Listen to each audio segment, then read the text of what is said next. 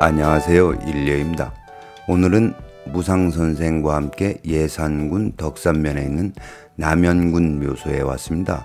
이곳은 영화 명당의 모티브이기도 하며 풍수계에서는 2대 천자지지로 알려진 곳입니다.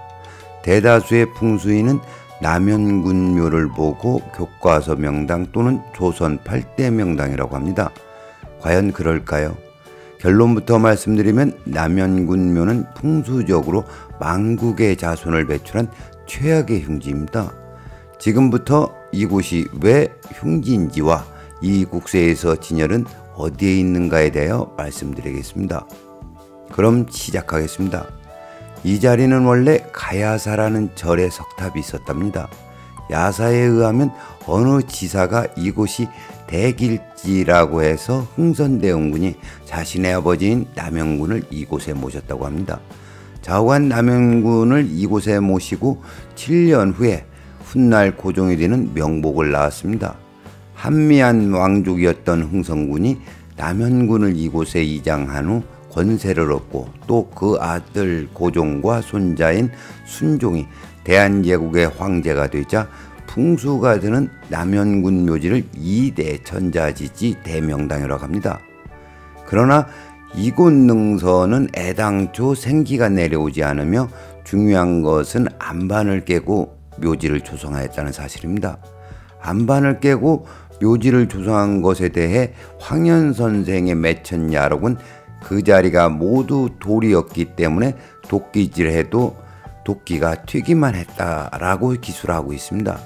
즉 안반에서 진열이 생성될 수 없는 것은 당연한데 음택풍수의 기본인 박환을 철저히 무시하고 조성된 묘자리입니다. 그리고 삭격을 둘러보면 주변 삭격이 높아 피bab을 당하는 형세로 저는 천옥이 연상될 정도입니다. 형기적 관점은 보는 사람마다 다르니 논외로 하더라도 기적 측면에서 보면 이곳은 최악의 흉지입니다. 그 이유는 음양의 부조화뿐만 아니라 감궁과 이궁에서 최악의 살긴 인기상충이 발생하기 때문입니다.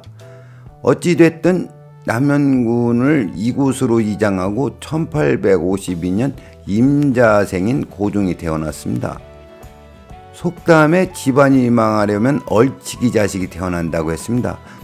해서 남연군을 이곳 흉지에 모시고 고종이 태어났다는 것은 조선왕조 500년을 망하게 하려고 암군이 태어난 것입니다.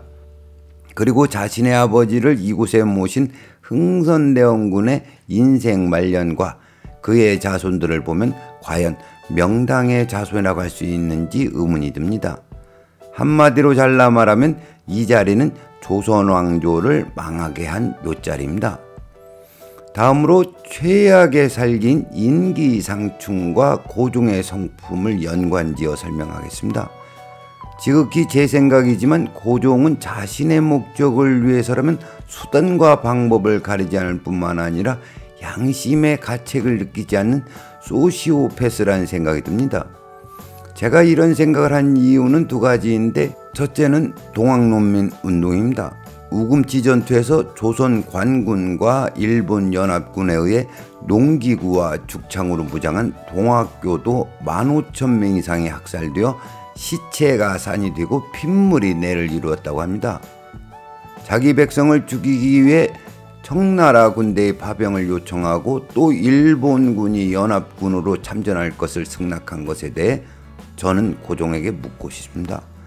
당신에게 백성을 사랑하는 애민정신이 눈꽃만큼이라도 있는가를 말입니다.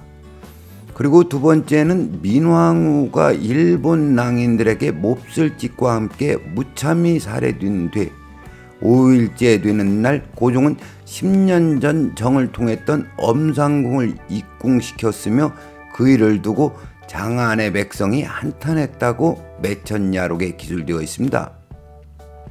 이름 없는 필부일지라도 자기 마누라가 일본 낭인에게 살해당했다면 죽기를 각오하고 복수를 하든지 아니면 자신의 무력함을 한탄하며 목을 메고 죽었을 겁니다.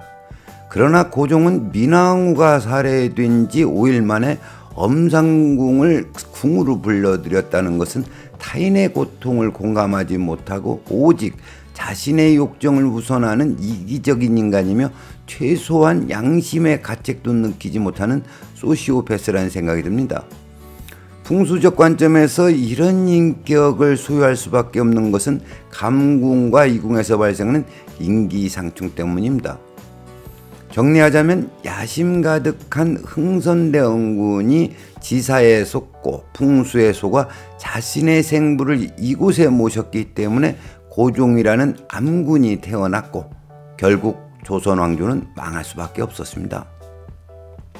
그렇다면 이 국세에서 진여는 어디일까요?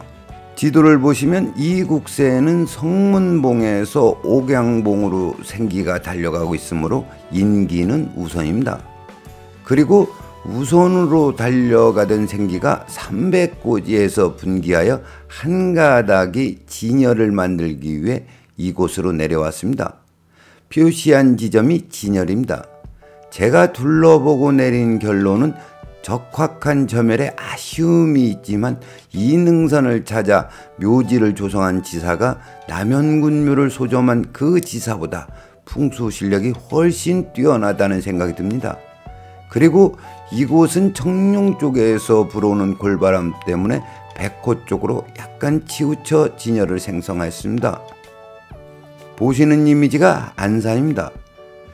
누구든지 이곳에 올라와서 생기와 살기를 판단하고 삭격을 둘러보면 남현군묘는 내백호에 불과할 뿐 2대 천자지지란 말을 할 수 없습니다.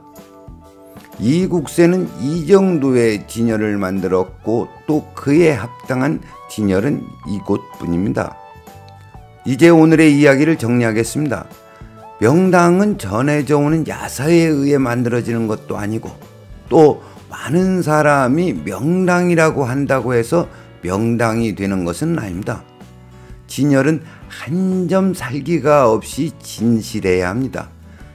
따라서 진열을 찾기 위해서는 생기와 살기를 분별할 줄 알아야 합니다. 오늘은 여기까지 하겠습니다. 시청해 주셔서 감사합니다.